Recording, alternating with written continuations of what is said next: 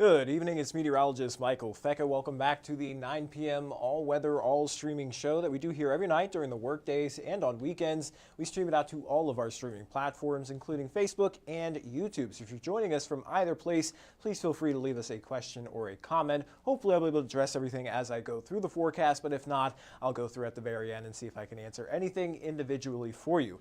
Well, let's get started here with a look at our headlines. Not much change from what I showed you earlier. We're mostly clear out there across the tri-state, so that's going to lead us into another chilly night tonight, but a nice warm-up still slated for the beginning of the work week, ending up well above average by Monday, especially into Tuesday, and then it looks like slight chances for rain showers will continue at least through the middle of the work week and possibly linger into the end of next week. So I'll break down those details for you coming up in just a moment. But let's start off with a look at our Doppler radar across the United States. We've got this area of high pressure that was building in over the Great Lakes yesterday, and that has kept us dry pretty much this entire weekend, but you'll notice it continues to push off to the east, and as that happens, that'll bring up winds from the south, so that's going to help warm us up in the coming days. But in the meantime, it's keeping us dry and clear. No issues in terms of the forecast this evening, but let's take a look at those current temperatures. As I mentioned, it's going to be another chilly night. We've already got temps dropping down into the upper 20s to right around 30 degrees, even some spots still hanging on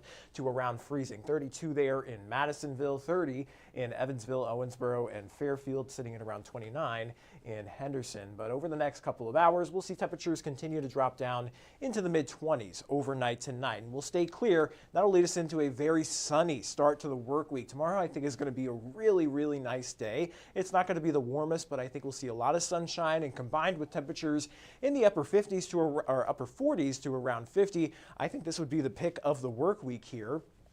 Warmer out there, winds will be light and variable, but we continue to warm up over the next several days, especially by Tuesday. I mentioned that's where we'll see the most of that heat, topping out in the upper 50s to around 60 degrees. And I think you'll likely see those 60s, especially across portions of western Kentucky. Now, we do have a cold front that's going to be sliding through for Tuesday evening. So that's going to bring us the chance for some of those showers. And it's also going to cool us back down, but only to right around average for this time of year. So it's not like we're going to see another plunge down below freezing. We're actually just going to moderate to near normal for once.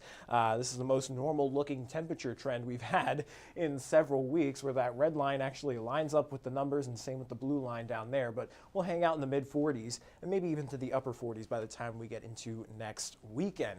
Now, in terms of those rain chances, there is still a lot of discrepancy, especially towards the end of next week, but we are still expected to get at least above average precipitation through the next 6 to 10 days. So let me take you through our first chance for rain. That's going to be Tuesday into Wednesday. Here we are Tuesday morning. Looks like we could get a few sprinkles out there, but it looks like most of those rain chances are going to be reserved for the evening hours, and especially across portions of western Kentucky. I think that's where you'll have the best chance as that cold front crosses through, and then we'll clear out overnight Tuesday, and we should stay dry out there throughout the day on Wednesday. So that's kind of a nice little update for you. So it looks like we'll be completely dry for Wednesday, but in terms of the amount of rainfall we're expecting here out of Tuesday's system, we're only getting a couple hundredths of an inch, maybe a few tenths, especially for areas south of the Ohio River. Most of the rain falls across the Tennessee and Kentucky border, but looking at those rain chances through the next 7 days, you'll see that it kind of varies. We're looking at slight chances, 20 to 30%, at least Wednesday and Thursday. Looks like we'll have another chance at maybe some rain showers here late Thursday night into very early Friday, and then depending on how the models shake things out for the weekend, we may see more widespread rain chances filling back in across the area. So let me take you through what that looks like. So here's a look at the GFS model.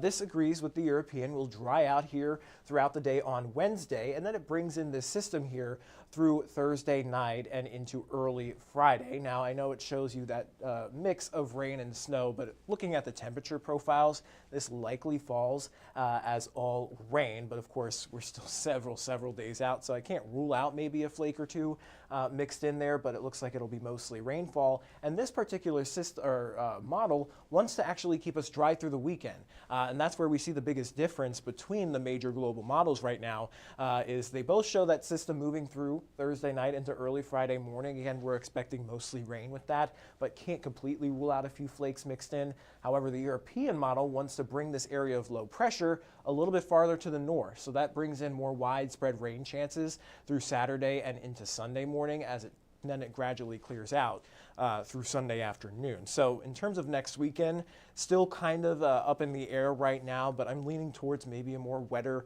solution there. So maybe looking at some raindrops for those Valentine's Day plans, but all in all, nothing really major or hugely impactful is expected to move in here through the next 7 days. So we've got a couple of chances for showers there, mainly Tuesday evening. We should dry out completely by Wednesday, and then we have that other system with a few more showers possible Thursday night into early Friday morning, and then that's when we have that discrepancy in the models for next weekend about those widespread rain chances. But one thing is for sure, we are going to warm up very nicely, topping out in the upper 40s to around 50 by Monday, into the upper 50s, nearly 60 degrees on Tuesday. So that will feel extremely nice for next week. And hopefully all that snow will be mostly taken out of here. You know, we'll still see some of those parking lot piles, but I think in terms of what's on the grass and what's still on the sidewalks or whatnot, I think that'll be long gone by the time we get into the middle of next week. So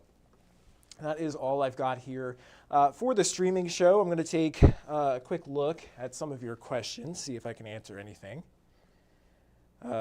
Jennifer says, ready for the warmer weather. I'm with you. I'm very excited. Cheyenne says, good evening. Good evening to you. Suzanne, good evening. Looking forward to the warmer weather, she says. Gail is ready for spring and she's tired of this cold. Zach is asking, are we expected to get bad weather on the 20th?